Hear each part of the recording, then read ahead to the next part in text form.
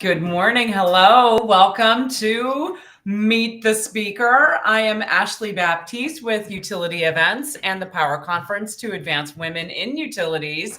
So excited that we get to do a Meet the Speaker with Jennifer McGee of Manhattan Pipeline. Welcome, Jennifer. Thank you. Thank you for having me. Thanks for being here. We put so many events together that it's nice to have an opportunity to just kind of stop and say, hey, let's get to know the people who are speaking at our upcoming conference, what they do, a little bit about them, and then like why they're doing this. So, Jennifer, I have a couple of questions for you this morning, but I just want to thank you so much for joining us today. So Jennifer, for you guys to know this, is the Vice President of Customer Relations and Strategic Development at Manhattan Pipeline. But before I dive in completely, and to let you know, Jennifer is a featured speaker at the Power Conference to Advance Women in Utilities, which is May 8th and 9th in Fort Lauderdale, Florida. We also have virtual tickets available. But Jennifer, I wanted to just ask, who are you and what do you do? So, first of all, I would say I am a typical woman. I liked how you said it's nice to get to know the women who are going to be speaking because we're all busy. A lot of us have families, we're balancing jobs, and sometimes you don't get to know the person behind the speaker. And so, first of all, I'm a mom. I'm a family person, and then I have my profession and my career. And so, one thing that I'll be speaking about is just that my background is a little bit unique into where I've come from and where I am, and so I'll be sharing that. But I'm just the typical woman. That's all I can say. So. Well, I'll let everybody know that before Jennifer and I hit the live button for this, we were actually talking about our kids. So I think that just goes to show again what you said, that as women we're juggling a lot of different positions. So, but in the process of all of this, can you tell us a little bit about what you do at Manhattan Pipeline? Yeah, so I work on like client acquisition. So I work on new customers, new relations, but I also manage our clients that we currently have and keep those relationships. As my profile says, I'm a relationship builder. I love meeting new people, their backgrounds, their families. A lot of my customers are some dear friends now. So it's about building that network, building the relationships, and so it's bringing in new customers, keeping the ones we have, and just getting Manhattan Pipeline, the brand, out there for everyone. That's wonderful. How did you get, or how did you get into this field? Kind of by accident. I always say I wish they would have told me about this career in college. I could have prepared better. My degree is actually genetic engineering, so it's a little bit different. And my husband is in the oil and gas industry. And so we moved to Tulsa in 2005. I was actually teaching school at the time. And all of a sudden, I decided that, maybe teaching wasn't for me. There was a lot of changes going on in education. And so I took a position as a project manager at an engineering firm. And then we moved again. And that's when I got into kind of sales and business development. And I found that, this is a really good fit for me because of all of the different tools that I've learned. And it was finally all clicked. And I realized I was in the right profession. It's amazing when that happens, isn't it? Mm-hmm. I think It's you're just funny. happier. You don't keep searching. You finally found what fits and make you happy. Exactly. And it's interesting too. I don't know about you, but I had several jobs before I found the conference industry. And I just never felt like it was a good, like whatever I was trying to fit myself into, it never quite jived. But Mm-hmm. then the second that it did, it was like, oh yeah, this is it. So Yeah. And I I like think that. everyone kind of has their gifts and their talents, and I think until you're truly using those, you're not going to be happy. And so, if you're in the wrong industry or if you're in the wrong profession, you're always going to feel that uneasiness and always kind of that searching for the right fit. That's a really good point. And I think it takes a few. You're never. I mean, I don't know about you, but I almost believe that you're never going to find the best thing for you the first time out, right? You No. kind of need to try a few things first, and then understand what you like and what you don't.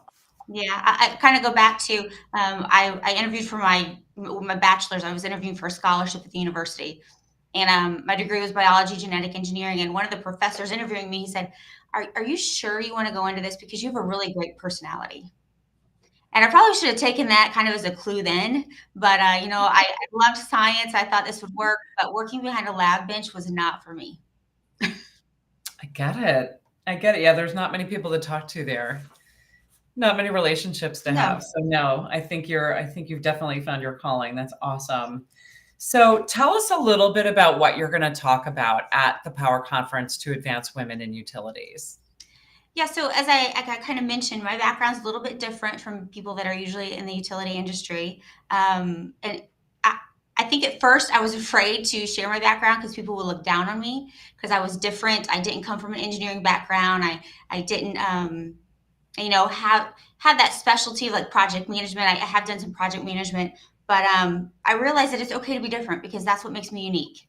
And it's because I went through all of those phases, even from teaching to learn my communication, my presentation style, conflict resolution, to be who I am today and to make me successful for who I am.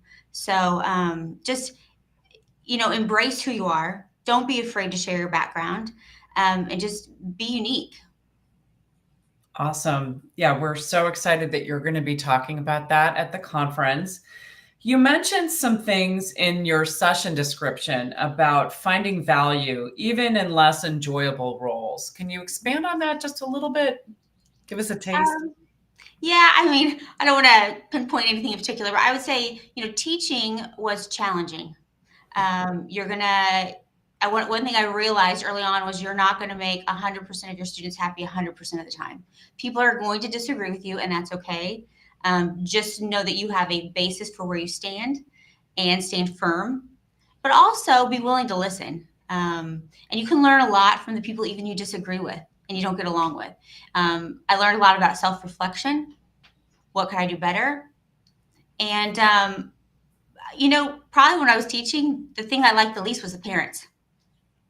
Um, and I've heard it's gotten even worse now. I don't know, but I loved my students. I keep in contact with a lot of them still today. They've gone on to be professionals, and so enjoyment in that and seeing them succeed. But also, I didn't like all of the negativity at times. And again, I learned a lot by teaching. So. Very cool. Well, and I know that you did some advanced studies. So like as a mom, as a working professional, and like as a student, what were some of the things that helped you juggle all of those? Um, my support rock, which is my husband. I could not have done anything without my husband having my back. The kids were probably in middle school when I decided to go back, and he'd run them different places for me.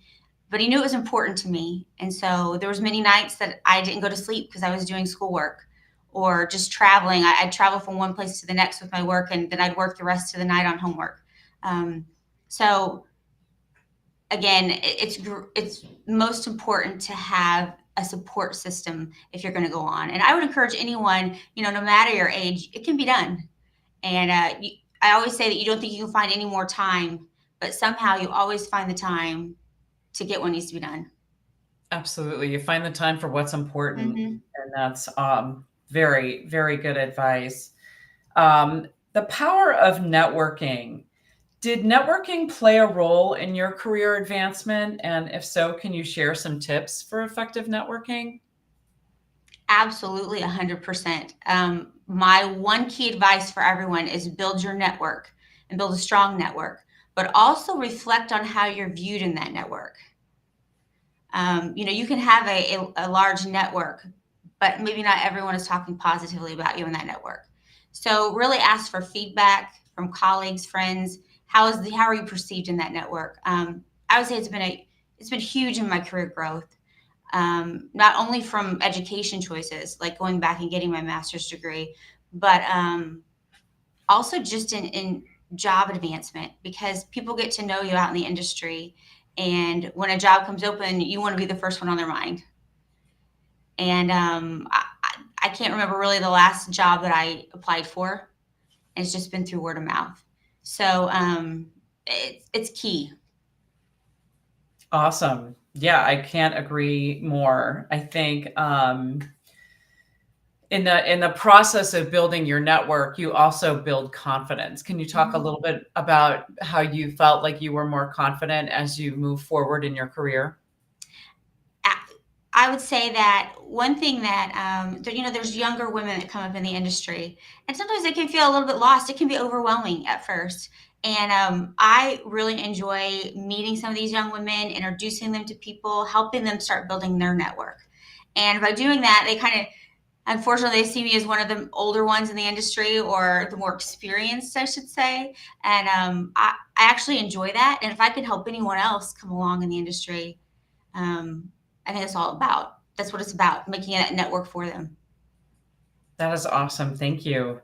Well, and again, I know that the women did that for me. There was a few women in the industry when I was first starting out that kind of took me under their wing to help me out. So I'm just kind of returning the favor. Excellent. That is wonderful advice. How did you approach conversations with your managers about wanting to grow in your position, about wanting to develop professionally? Um, you know, I I would sit down with them. This is kind of what happened in the past, but I would sit down with them and say, listen, I love what I'm doing now, but for me, I want to grow my career. I have a lot to learn. And so it was at that time that I was like, I'm going to go back to school. I knew that I had a lot of the relationship part of it, but I wanted to learn like the business acumen of it. I wanted to understand the numbers and what was behind it. I wanted to understand the industry, the market, and so that's why I went back because I knew in order to grow my career, I was going to need more than just a good personality that was good with relationships. There needed to be more with it, more with business, and they supported at 100%.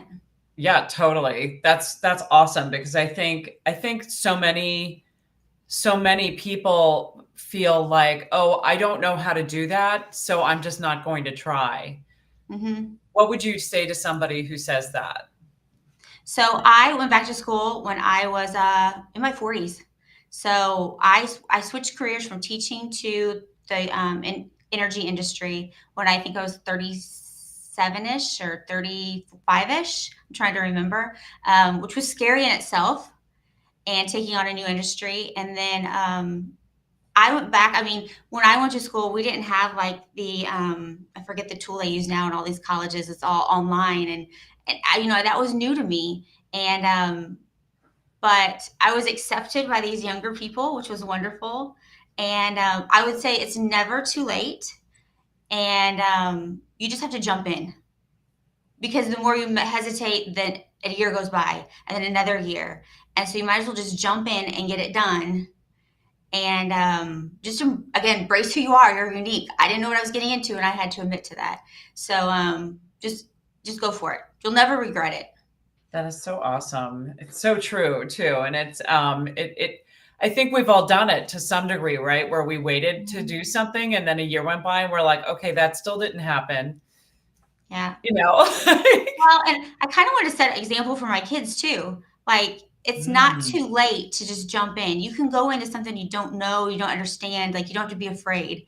And so, even one of my sons has commented about, he was proud of me that I went back at the age I did because I didn't even know what I was doing. And the other night, one of them sent me an email, text saying that I was the smartest person he knew.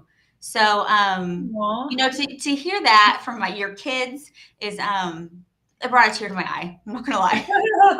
I think it just brought one to mind. So Absolutely. No, I mean, and that's it too. I mean, we do when we find that purpose and we think about it, and I'm so glad that you brought that up because it's that moment where you feel like giving up or that moment where you're just like, ugh, this is hard. I don't want to do this. And then you remember your why, right? And it's like, you know what? I want to be a good example to my yeah, kids.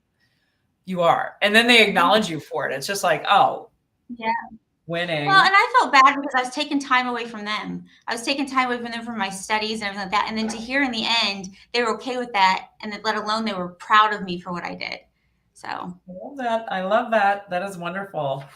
So, Jennifer, there are lots of conferences for women in women's professional development out there. What was it about the Power Conference to Advance Women in Utilities that attracted you? Probably my conversation with you, first of all. I have not been, so this is my first time, but it looked like there's a lot of attendance for some great companies. There are some great speakers that I'm interested in hearing from.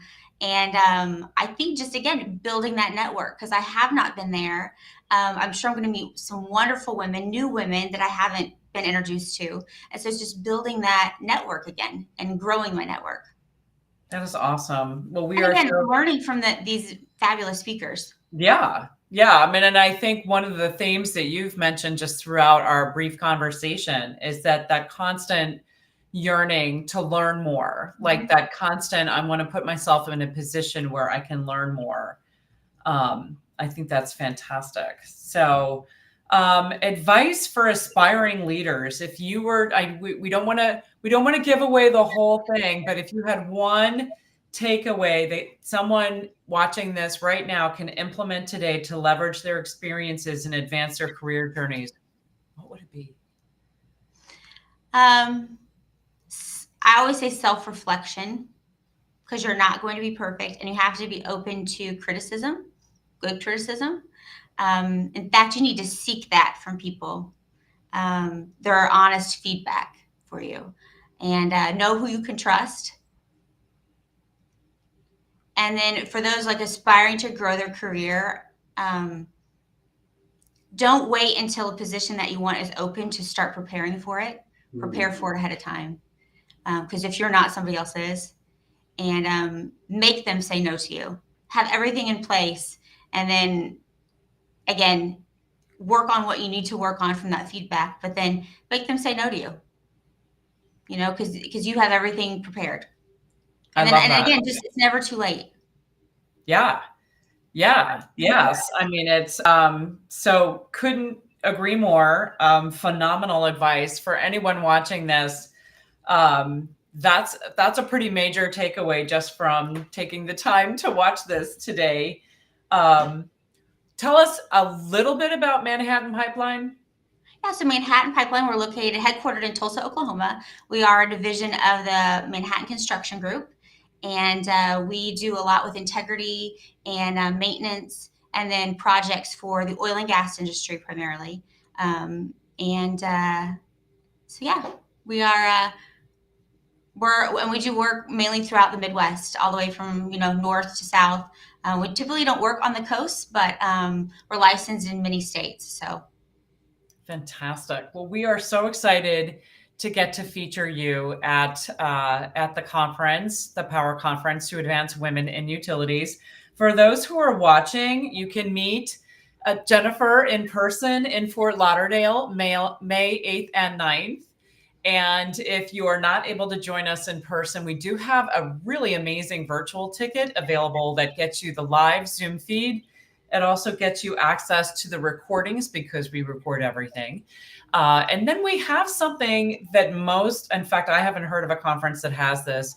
We call it the monthly group coaching call. So, you go to a conference, you spend 2 days, you meet people like Jennifer, and you're just overwhelmed with how exciting and inspiring and motivating it is. But then you get home and then you reflect on the conference as something that was really nice. But what's great about this event, virtual or in person, you can join us every month and just kind of get another jolt of inspiration and motivation. And it's on a monthly basis. And we usually bring in guest speakers to just do something today that can advance your career. So I want to just thank you so much, Jennifer, for joining us today for Meet the Speaker. And I'm so excited to get to see you and meet you in person in a couple of weeks in Fort Lauderdale. And for anyone who's interested to learn more, I think we're going to have a link right below this, but go to utilityevents.com and look for the Advanced Conference for Women in Utilities. Thank you for joining me today. Have a great rest of your day. What's that? I don't know. We're going to end the stream.